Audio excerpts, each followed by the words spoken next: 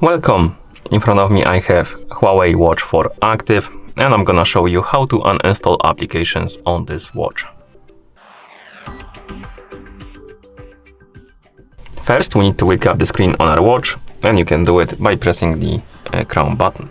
Once you wake up the screen, you can press the crown button again to open the app menu. And here find the icon of the application you want to uninstall. For example, Translate app. And to uninstall it, press and hold on the icon, and after a second or two the pop-up will appear with the uninstall option.